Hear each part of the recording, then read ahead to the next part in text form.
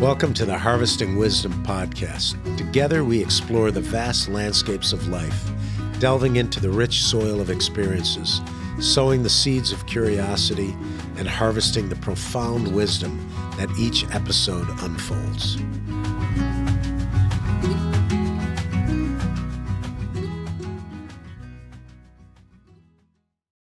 Hello and welcome to another episode of Harvesting Wisdom podcast. I'm your host, Mike McMahon.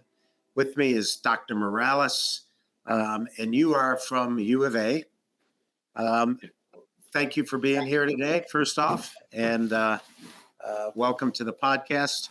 I'd love to have you tell us a little, or tell the people who are listening a little of your background, what you do, where you've been, how did you get to where you are, where'd you go to school, the whole thing. Yes, thank you.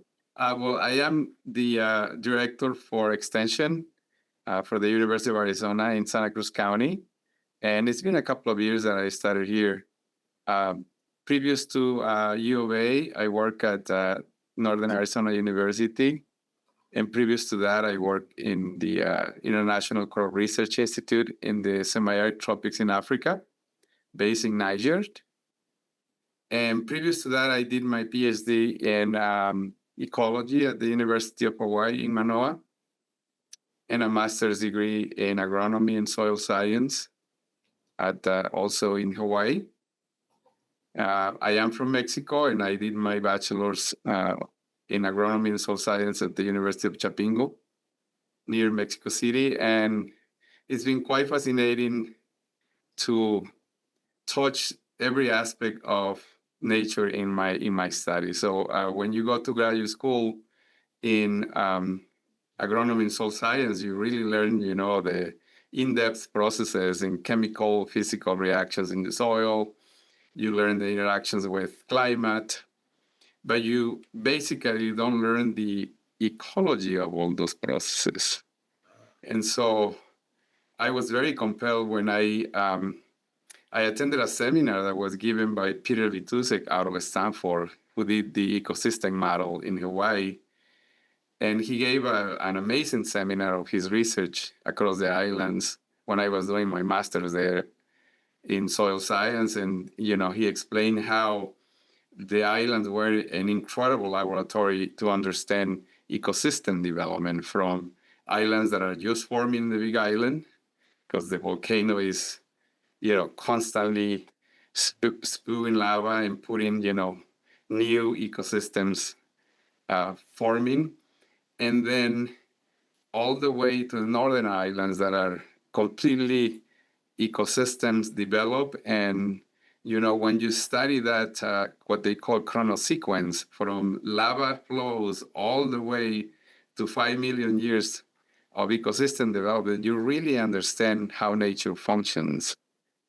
And so I said, I'm not going to do a PhD in agronomy and soil science. I'm going to do a PhD in ecology. And so I started up with understanding native plant ecosystems, how the Hawaiian ecosystems form from lava flows, understanding pioneering species that, land on a lava rock and start growing from seed in a lava rock, and how these plants that we usually see everywhere, and we don't understand that they were the pioneers building natural processes. So understanding that, and the importance of nitrogen fixing plants that are basically the pioneering plants in nature, was the key for me to understand how we actually learn from natural processes, and how do we enhance those natural processes in terms of restoring degraded systems. So when you have a degraded system, you had a beautiful natural processes going in there that, with the action of human through agriculture or whatever it was, the activity was completely degraded, and now it's basically back into zero function, right?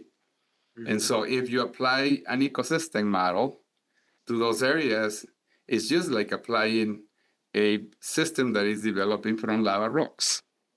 Right. And so that was the beginning of my journey in terms of helping to restore degraded systems, and my thesis was on developing a model or a strategy to restore acacia koa in Hawaii, which was vastly degraded because of grazing, ranching, and all those activities. And from that, I basically moved to everywhere I go. I start looking, what are the pioneering plants in these areas? And I started searching for documentaries, information that will tell me that what were the plants that built an ecosystem in those areas. And those are the plants that I recover first. Those are the plants that I use to put a degraded area into a functioning system again.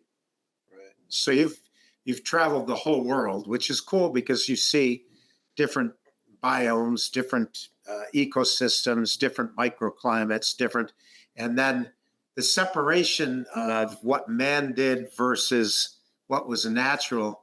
That's actually a kind of a more difficult because it's so complex.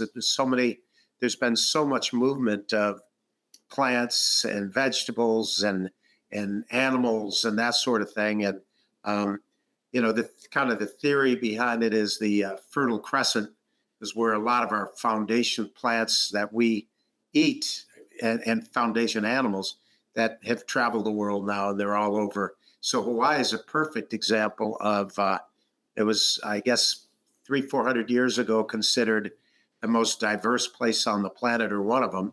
And now there's very few endemic plants left, right? So it's been invaded by a lot of, and so explain the concept. What you're doing is I understand what you're saying. Some people call it a reforestation if it's in the forest or grasslands or whatever, but it really all revolves around finding what the natural, if there is such a thing, a natural foundation plant was, because that plant was co-evolving for thousands of years with the microbiology and the rest of the biology. So what you're talking about doing is maybe in Southern California, it might be an oak tree, or in Arizona, it's the mesquites, the palo verdes, and the ironwood. It could be a creosote. It's really only a handful of trees and shrubs, or cactus, as the case may be here, that can really help redevelop or remediate an area, right? So, yeah, well, it has to be linked with the socioeconomical aspects right now, because, if you want to get involved with society, they have to see an economical benefit of it. I mean, people is not going to grow trees just because they want to recover a land. They will not get involved if that's the principle. So the principle is to find pioneering plants that also have a very economical importance. And so in Hawaii, restoring acacia koa is such an attractive way to do it, because koa, it's a very expensive wood. Like when you go to Hawaii and see all these handcrafts being sold in Hawaii in the markets, that's all acacia koa. Right. And so, farmers do want to grow acacia koa because they know that in 10 years, they're going to get pretty good amount of money out of it. And so I haven't been to Maui since the fires, but or you could even look at California last year, the fires there. What would be your approach to rebuild an area like that? Of course, they're probably going to knock everything down and repave it all and make it commercial again. But what would your approach be? I don't know the pioneering species in California, but it's a matter of searching what are the species that are there building up ecosystems, and what are the species that have a economical importance for people. And so that's basically the principle to start a restoration project. Dr. Morales, you talked to me about how you have an agroforestry ecology program when you were in Nigeria, and you were trying to undo the effects of wind erosion, water erosion. Yes. So talk to us about it in that context. Were you in Nigeria or Niger? Niger. Niger, sorry about that. Well, my institute was based in Niger, but I did projects in at least 7 countries around Niger: Burkina Faso, Benin, Ghana. I did something in Chad, northern Nigeria, and so it's a very similar degradation that we have in across West Africa, within the Sahelian zone. And so, although Ghana is a very tropical country, the northern part of Ghana it's Sahelian, it's really dry. And so what the principle was the same what I learned in Hawaii. Look for pioneering species that have an economical importance. So I searched on that, and the species that was pioneering species was Phaedervia albida. It's one of the most iconic trees in Africa, and because of the economical importance, not only as food for animals, but also for productivity of the soils, it's clearly demonstrated. It was completely devastated. So is that in the acacia family? Yes, that's the one that most of the nitrogen fixers are within the acacia family. Right. In the case of trees, right? Right. So so search around for Phaedervia albida. I even found places in. Did you attend my presentation that I gave at GCU last week? Yes, I was there. So I show pictures of, how the people growing millet around Phaedervia albida. It's amazing, but the crops farther away from Phaedervia albida, it's completely unsuccessful. And so I use that picture a lot in my presentations in Africa, and because people didn't realize it. It's amazing. Like, you're doing it, but you still don't understand why it's happening.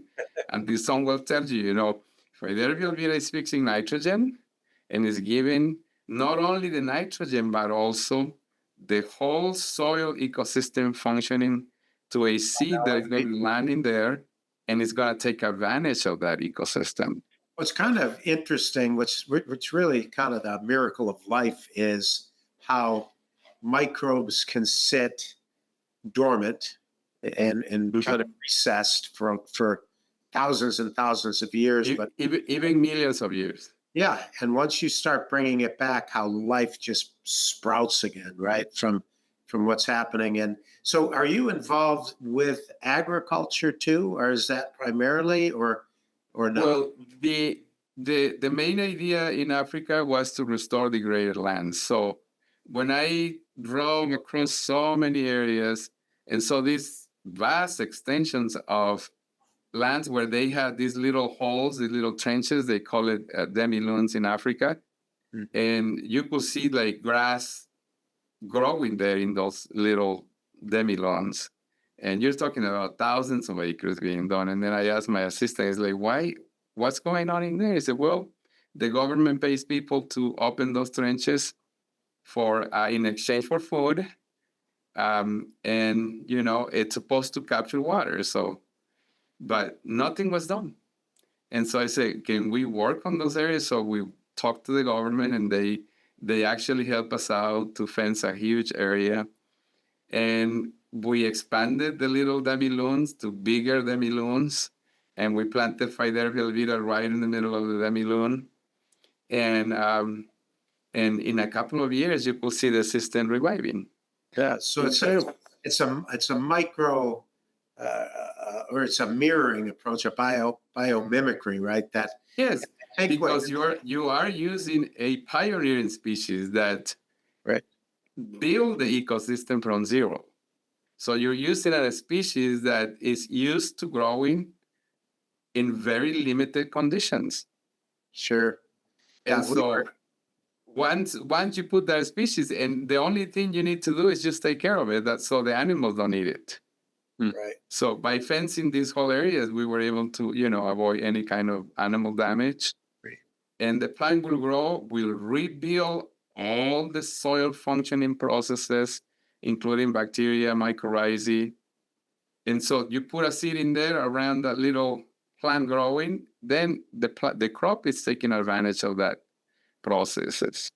It's amazing to see it to come back, right? It's like the reforesting. You start with, the overstory big trees, and then all of a sudden the ferns and all the other plants. Yes. It might be 50 years later or whatever, because it's not based on human timescales. But we can accelerate, just like we accelerated the degradation, we can accelerate the remediation as well. Sure.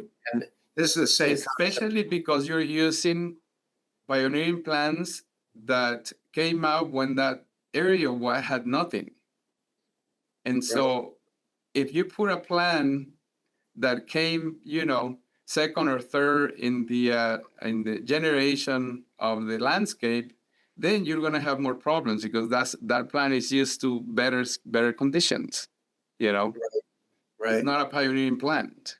Well, it doesn't have. You'll have to do more effort to be able to, be successful. But when you put pioneering plants, it's amazing how you can actually, just by avoiding that plant to be eaten, you'll have a system that will recover in actually a pretty short time.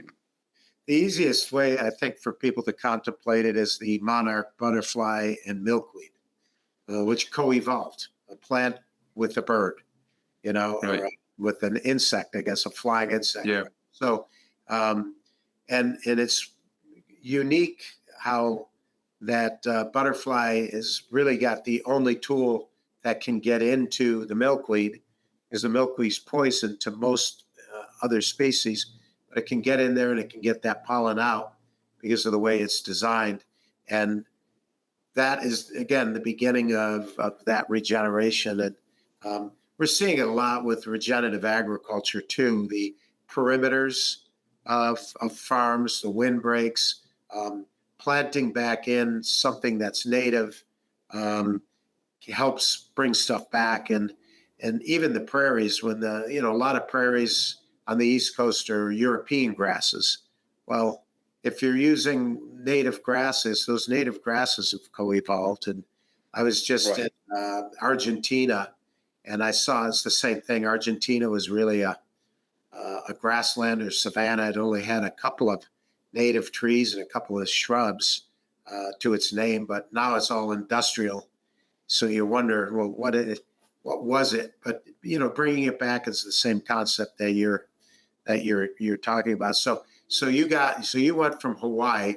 What that was a change of life going to Africa. We're in Africa, but I didn't. How many years were you? I didn't live there permanently. Yeah, I lived 3 years in Niamey, which is the capital of Niger. It's a big city, but because Niger is actually one of the most the poorest country in the world, I would say. The city is just, you rarely see paved avenues, and just the government area, it's kind of paved and nice, but the rest is just... Your institute there helped you expand into schools, and that was the kind of the motivation for when you were here. So talk to us about what that looked like. I really enjoyed hearing your conversation on how you use the pioneering plants to combat erosion, water and wind erosion. How did you cross over into schools, and what was that programming like?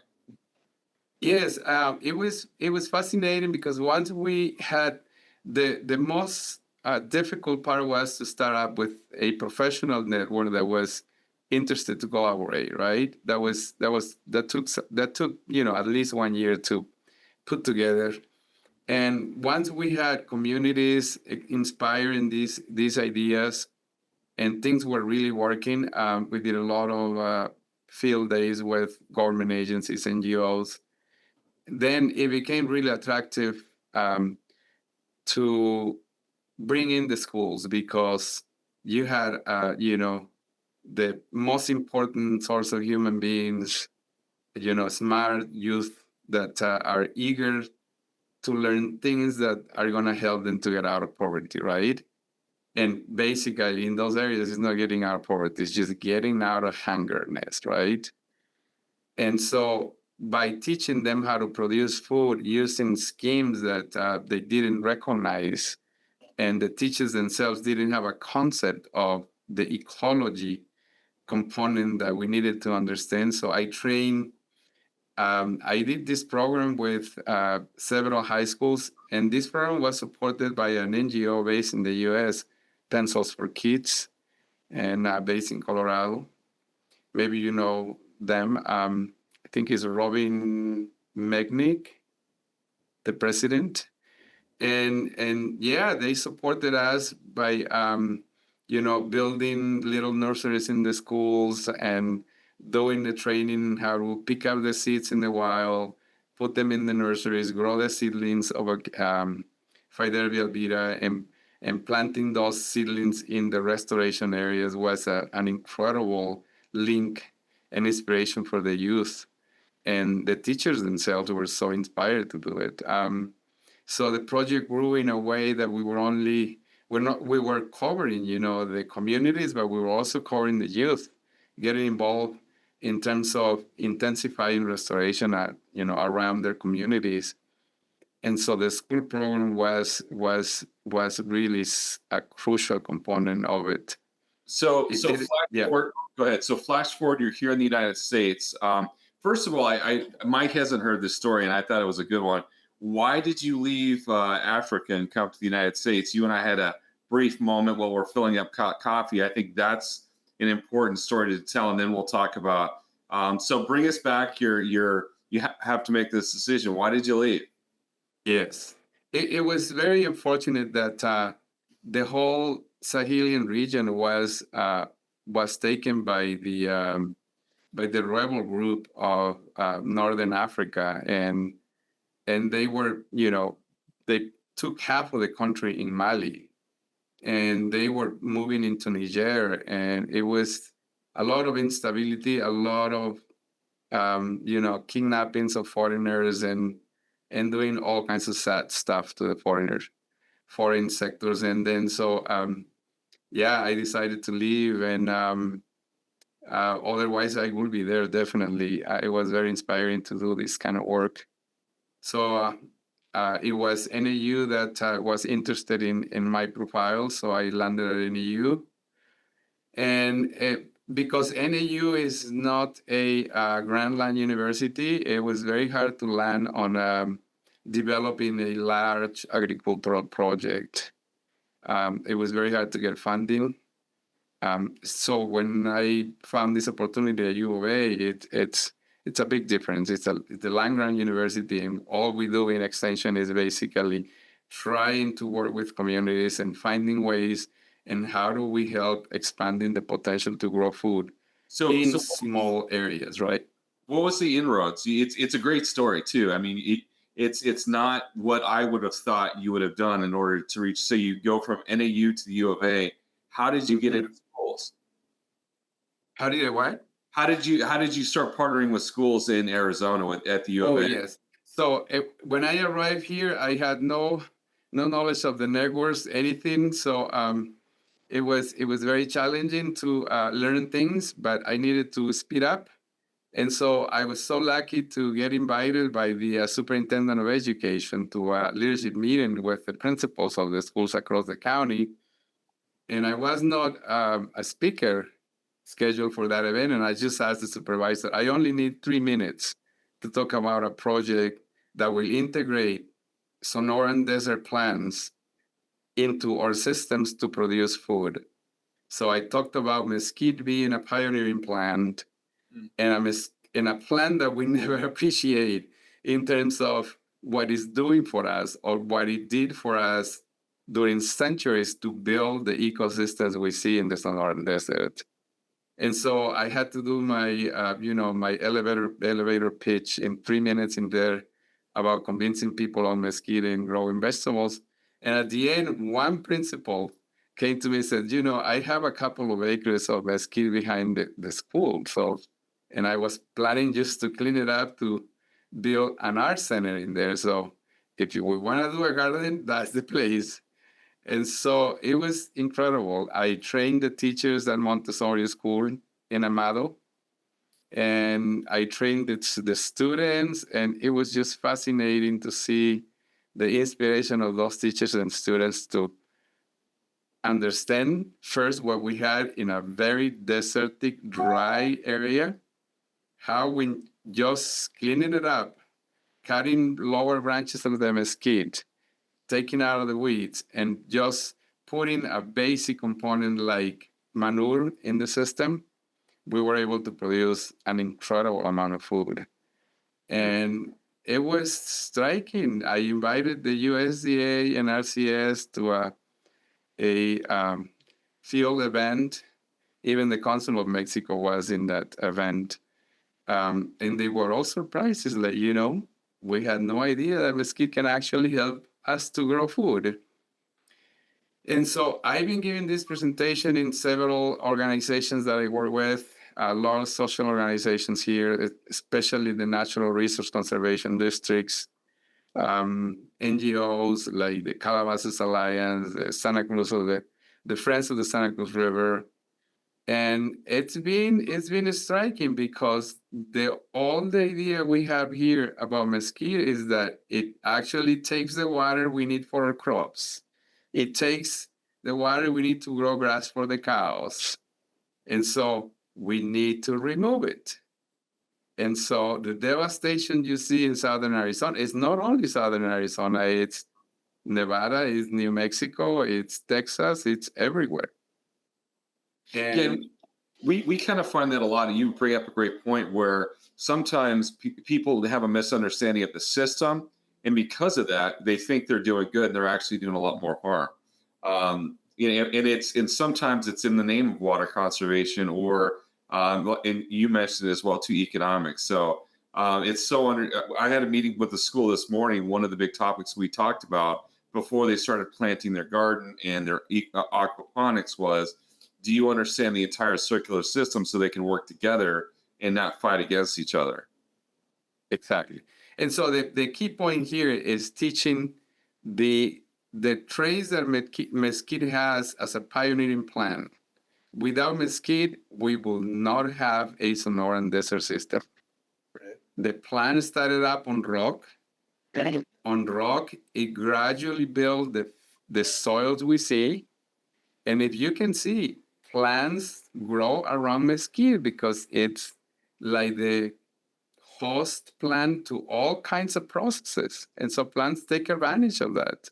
It's interesting. So once people understand that and see it with pictures like I do show in my presentation, they completely change their vision about mesquite. And in fact, when I finish my presentation, people come, it's like, I will never see a mesquite the way I see it before your presentation.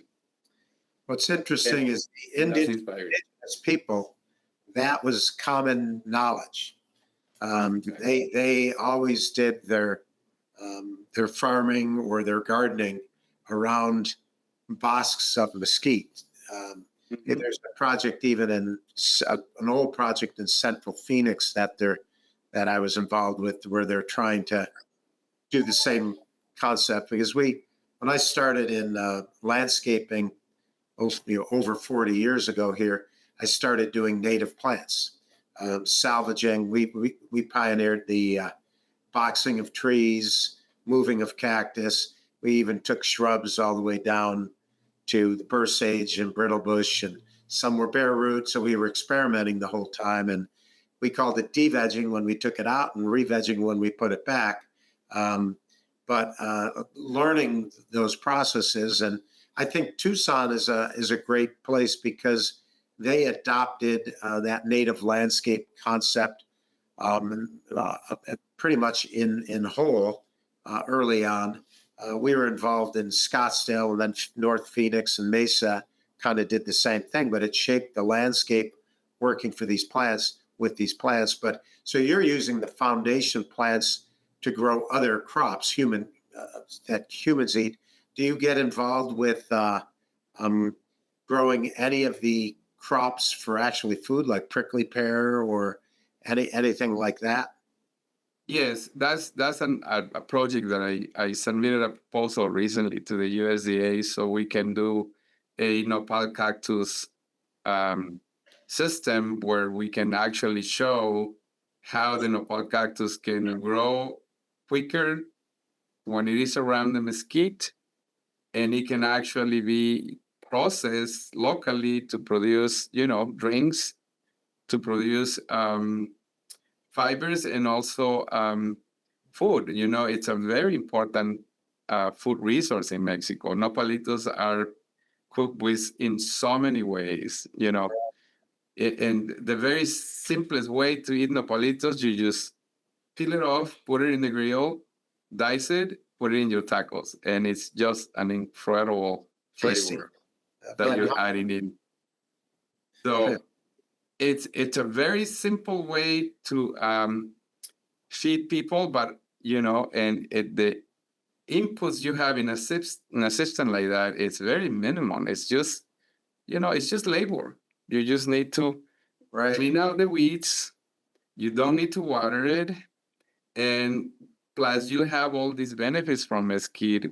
The mesquite flower is increasingly demanded for bread.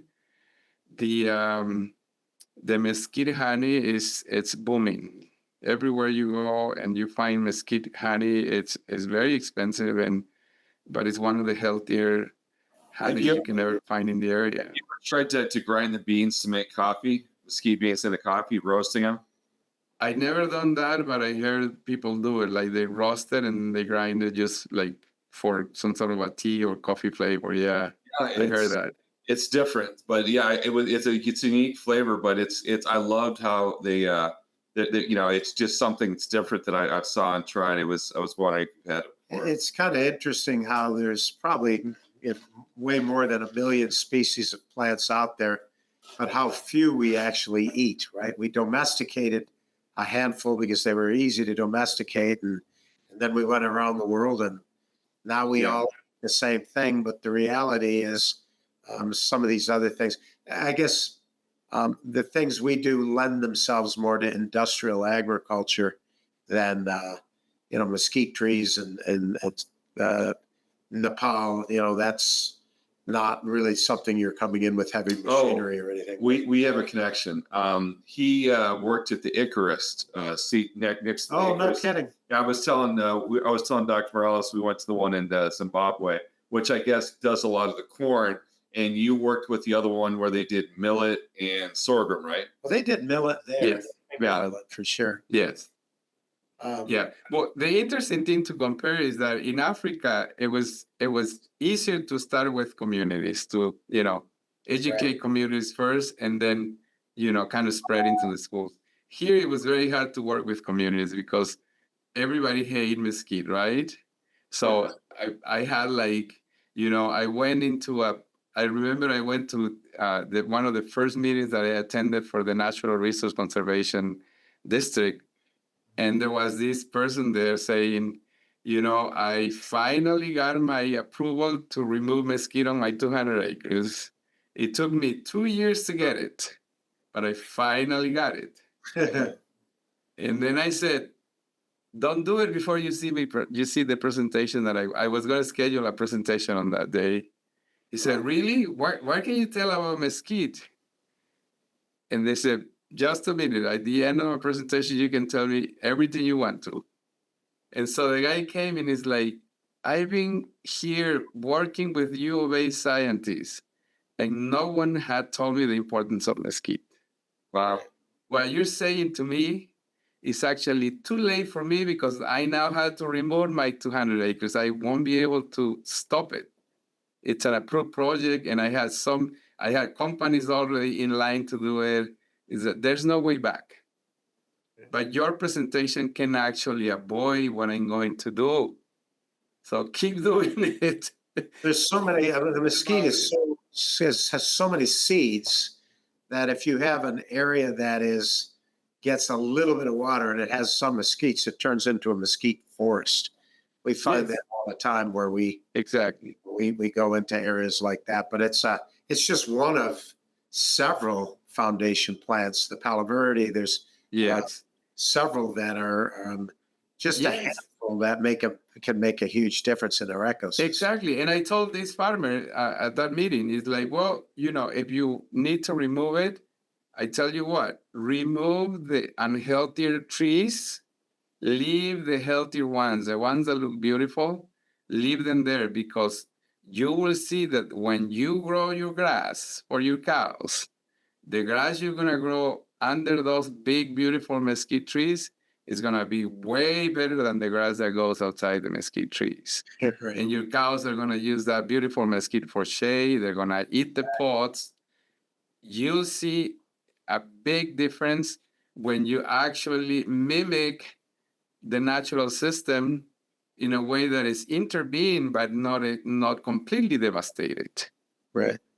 It's interesting. Your path and ours is kind of parallel. We're still in Africa, and we work with community first because a lot of the schools, there's so many children, and there's a different population demographic than we have here. There's so many children under the age of 16, and there's not a lot of resources. There's not a lot of money for these schools. So getting into the schools and working with the schools, even though right now we got the second phase of the Nelson Mandela Grant in Malawi, Peter and Kim go to, and we do have an education platform from preschool to senior level in high school.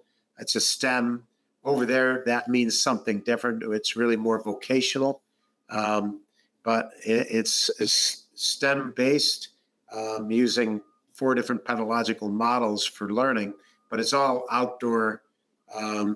We call it garden-based. It's really environmental-based. Get the kids outside and learn about the environment they're in. But we noticed that it's so much easier to make an impact and get involved with community in Africa than it is here, because here we're all spoiled and jaded a little bit, and got a lot of government regulations, and we know everything, right? We know that we should get our food at a Safeway, and we know we should have paved roads with 3 cars for every family, and we know these things, and it's hard. You can't unteach things to Americans. We're a little stuck. But you know what?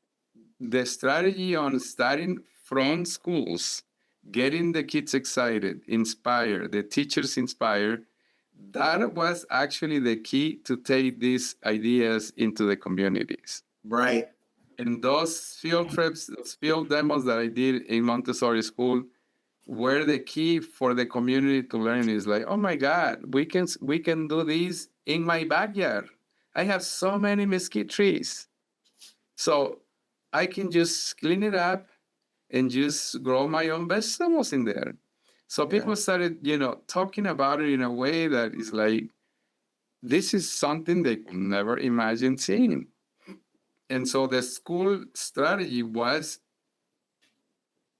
the best way to spread these ideas into the community. Well, if you think about it, we are trying to make here's the reality. There's nothing wrong with the Earth's environment, and the Earth doesn't need humans. It's going to do what it does, right? So what we really have in our environment, when we look at drought, or we look at climate change, or we look at food scarcity, it's all human created, right? So it's really a social problem. And so what's the best way to have impact? It's not with people my age, your age, because we are already set in our ways, right? It's with young people. And it's through that learning process, not the teaching process so much as the learning process, where we can spark their curiosity and their creativity. And we just structure it a little bit differently. So I agree with you. Once the kids get involved and the parents get involved, but these same kids will eventually be adults, and they'll remember some of these lessons. And I think that's kind of been that's our entire approach for urban farming education. Is we want to take, we know what the world issues are, and the issues, environmental issues. You can't really solve all the world problems, but you can actually make an impact on a community-wide basis. Once you do that, that becomes a replicable model that can be ideally something that the rest of the world sees. And I think it's a timing game, right? Where at some point we run out of oil, and we're all involved in oil. We're all part of the oil problem, right? But at some point it is going to be a bit of an issue. You're seeing temperatures here in Arizona now hitting 120 degrees almost every year. It's getting hotter and drier. I don't know when you were in Africa last. We're in sub-Sahara, more in the east. But I went up into Addis Ababa and that area as well. And I've seen over these last 5 years a drought. The drought's becoming more and more serious. Everything over there is rain-fed agriculture. So with drought, you have problems. But basic things about using manures, using mulch, trying to cover the soil, using different plants in rotation. A group like, and I can never pronounce Icrosot or whatever, the big acronym, but they're a great group, by the way. They're ideally they're part of the seed for change, so to speak, that the big seed banks. But the idea of moving people back to more native plants. And the thing I see, I don't know where in Western Africa, I haven't spent as much time, but where we are, it's that maize. And I ask everybody, why are you eating? Why is it 30% of their diet is maize? And I ask, well, why maize? And they say, well, this is Africa. And I said, yeah, I know it's Africa. It's not Mexico. Maize comes from Mexico. Why are you growing? And it's not a legume. It's a taker. It's not great for the soil. And so I don't know, when you're in that western part, what would you say that the crop or the agriculture problems are that created this degradation to begin with? Because you're trying to help them rebuild ecosystems. What created the issue to begin with? What would you say? Well, the main reason, I mean, when I went to the parks, the national parks where they have these, free roaming animals, the giraffes, the elephants, the lions, and the gazelles, they live in this beautiful ecosystem that has been functioning for centuries since it was created. Humans aren't in there feeding the giraffes. Where is that? Humans don't go there to feed the giraffes or water the acacia. No, I mean, when you go to these safaris, the African safaris are the clear example that ecosystems function in a way that they preserve the environment and they are regenerative. It's not like they are destroying the system. They're constantly regenerating the system, so they survive for centuries and millennia, right? But once we go there and start changing, we open the land for agriculture, we take out Phydervia alvita, and we grow the crops that we need because we have an amazing soil that was built by Phydervia. Right. And so we have the opportunity to feed or produce food, let's say for a decade or so. But once we start, exhausting the resources, organic matter is not recycled.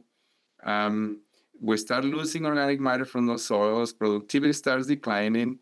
And once productivity declines, that area is gradually abandoned until, there's no vegetation cover.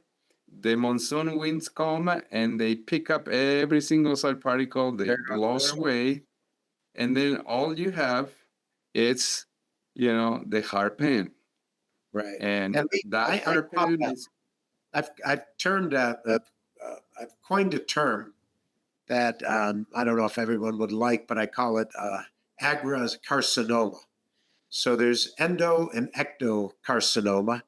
And I see in the industrialized world how we put inputs in that are toxic and and we're doing more and more monoculture and using heavy equipment and ripping the soil and taking that top biology out. And so that is one form of agro. But in Africa, it's a little bit different. It's a matter of growing those same crops, monoculture, using rain-fed, and they grow in an area over and over and over again. And at a very short period of time, they've desertified that soil. In the meantime, they're still looking to eat, so they're going into the bush, killing the animals for food. So slowly but surely, like a cancer, it's spreading this desert, right? So it's to reverse it is not complicated. That's the whole point. We all try to say, oh, it's an amazing amount of biology. I mean, it's almost mind-boggling to think how you would actually build an ecosystem like that to begin with. But the reality is, just by doing biomimicry and just bringing in foundation plants and reusing the soil. Look, humans are part of the ecosystem, so are animals, so are plants. So how do we work that ecosystem back to a point where we have soil health? I think that's the primary thing. So we're mostly in Malawi, but we're also in Zimbabwe, and we are doing ecotourism starting next year. I don't know if Joe mentioned that to you, but we've got our partner. There's two guys that run Wild African Safari in Zimbabwe, and Tiki and his brother David each own 2 plots that are 25,000 acres, and they had in between a 50,000 acre plot that they turned into a conservatory, and they're doing all the things we're talking about. They're doing a little bit of industrial agriculture, bringing in a species of cow that's going to have more meat. They're introducing that for the community, but they're also growing. They've put in a center pivot off the river, and so they're able to grow a fair amount of food stock. They're working with the community to show them some small animal husbandry, whether it's rabbits or whatever. But they're actually rewilding the animals back in. So it's wild. You're walking through this, and there's giraffes or warthogs. The only thing they have to box out are the elephants. So it's the ecosystem working with man, I should say mankind, and it's kind of a working thing. They don't advertise, they don't talk, nobody even knows about it. So our ecotourism trip is a 2-week trip for mostly college students, but also professors and even family members. And we're both sides of Zimbabwe. We got a safari on either end. It's a tourist thing. So you go to the Vic Falls. We do go to Agroforestry, and they do a great show for an hour or so explaining seed banking, and it's really wonderful. And then there's a natural history museum right in Bulawayo that has every animal and insect stuffed that before you go on safari, you should go to.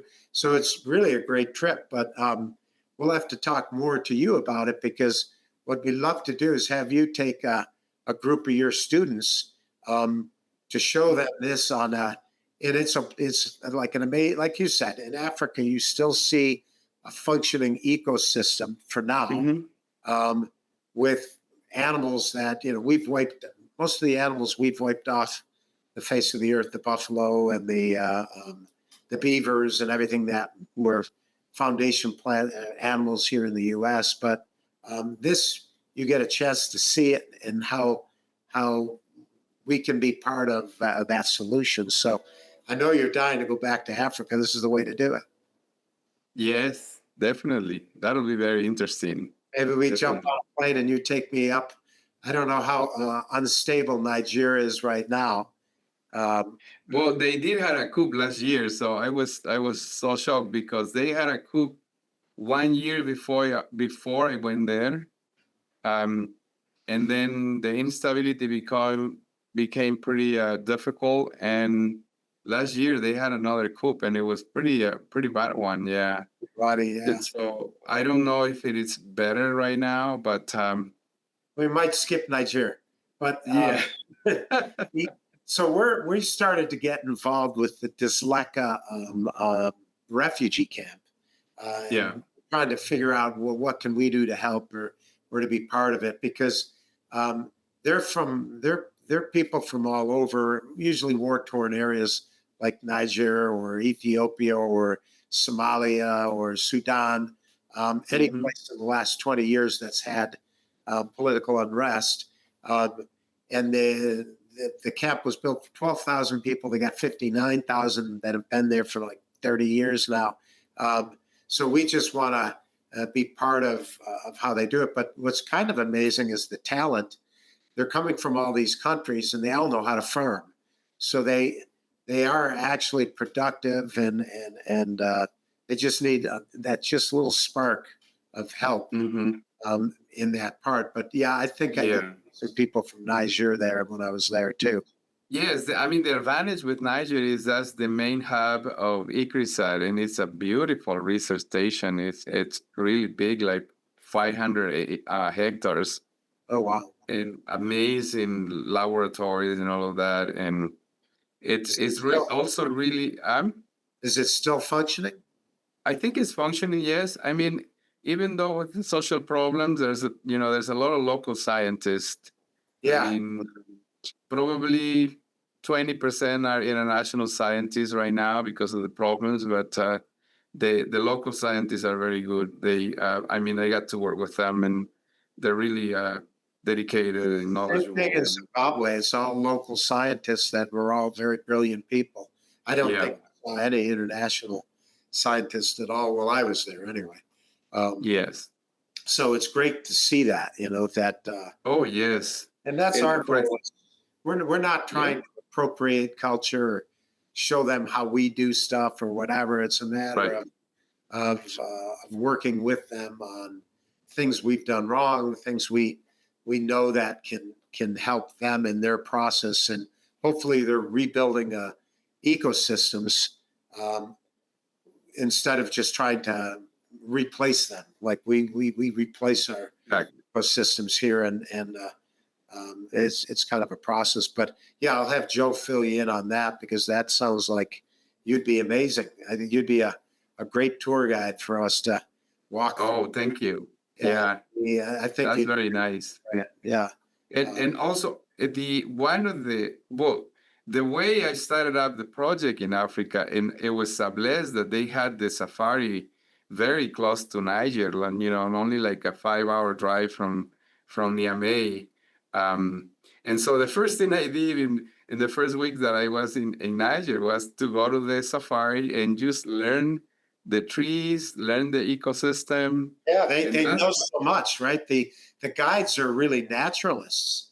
Yes, very nice. They explain everything, in a way that can really give you a picture of how can you help rejuvenating degraded systems in those areas. Well, it's kind of cool, like you said, to see how it all was built in our mind's eye, because it was built millions of years ago. But going into, did you go down to Botswana, or did you? No, I was never in South Africa, I only went to the East Africa for a conference in Kenya. Okay. That was my only trip. Paradise too. That's beautiful. Oh yes, Kenya is really beautiful. But watching the termites. Okay, so I love this. What's going on underground? That to me is what everything is. So the termites really are part of the formation of taking those swamps and creating what is now Botswana, where you actually have landmass where people and animals can live, and then you have the water, and this kind of coexistence, and how that all evolved is just to me, this is so. I understand you having a yearning to go back into Africa, because you're really taking a peek back 1 million years, maybe 10,000 years, but exactly. And you see what a small impact that we can make. How small a gesture we can do can make such a big impact over there. So exactly. Definitely. So after I got very good ideas, and I basically pinpointed Fiderbia elvira in those national parks, and then I went to this. It's not a park, but it's an area that it's like a conservation area for the giraffe in Niger, and that belongs to the farmers. It's private lands, but it's an area where the giraffes are commonly grazing. And it's really incredible to see that interaction of the giraffes and the farmers, because they don't eat the millet. They are just browsing on the Fiderbia Elvira. Yeah, yeah. And the farmers are there watching them. They don't eat the millet, right? But it's like a system that co-evolved where the giraffe is trained not to eat the millet, but just browse on the Fiderbia Elvira that it's around the fields. And it's incredible to see That that. is incredible. Yeah, and I think that goes for most of the species there. They've evolved with, now if what you're growing is what they evolved with, then they're going to enjoy it. But I love seeing where the elephants, I can't remember that species of tree, but the elephants will go into an area and they just eat.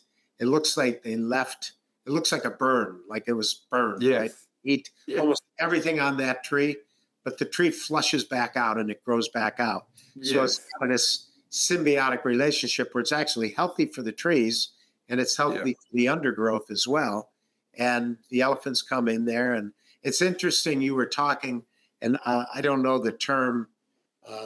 Each country seems to have a different term, but when the animals will wallow in the ground, right? They because the elephants need, I think the calcium off the soil, and it'll roll and roll and roll, and it creates these impressions. And they're not the only, buffalo do it, I guess. I mean, and then when it does rain, those impressions do become little watersheds, little bathtubs, so to speak, and things grow out of it, and animals go and they use it as a water source. So it's really amazing, and it is amazing that these guides know so much.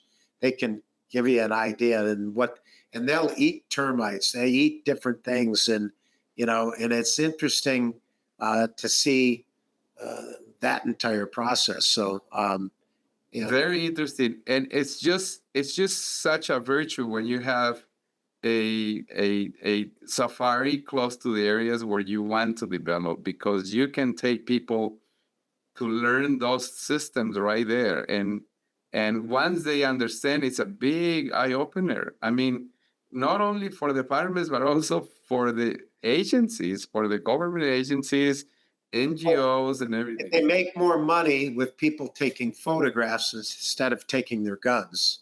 Exactly. And so it becomes an industry that, as long as the community understands that it's going to support them, that they're able to eat and they're able to flourish, and there's more wealth or more money's coming in with that industry, they can coexist with that industry. I guess that's another way to look at it. So exactly. Yeah, I think you'd really enjoy coming through Zimbabwe and maybe Malawi.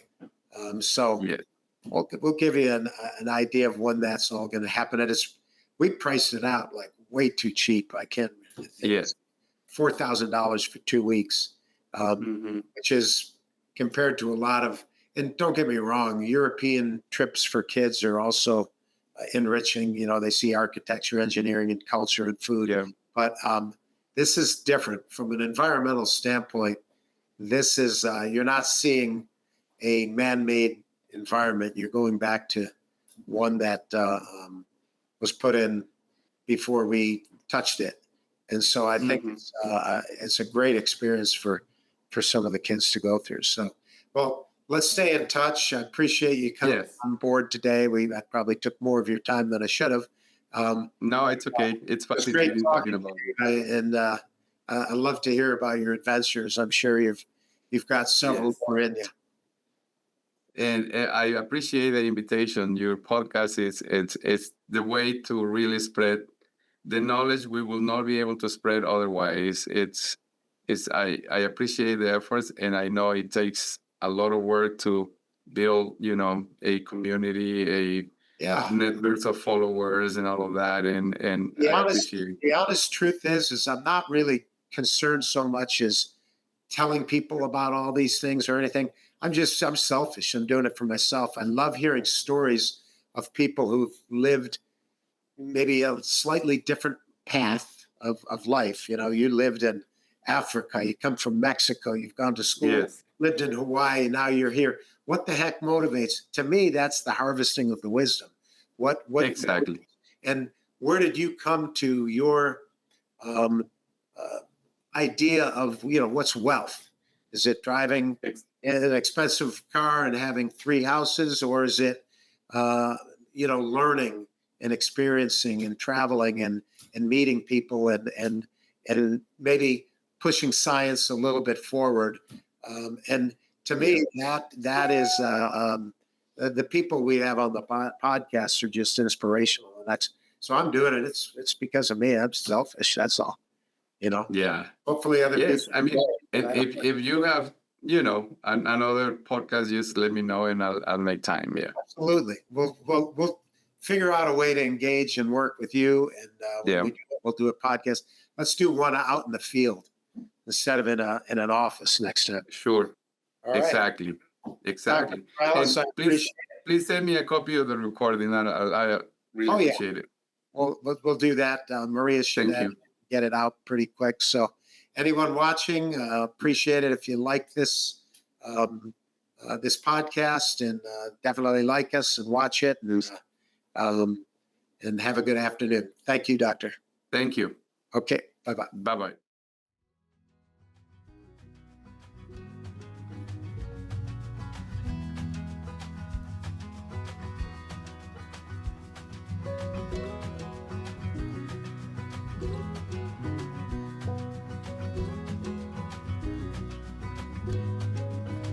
Thank you for joining the Harvesting Wisdom podcast.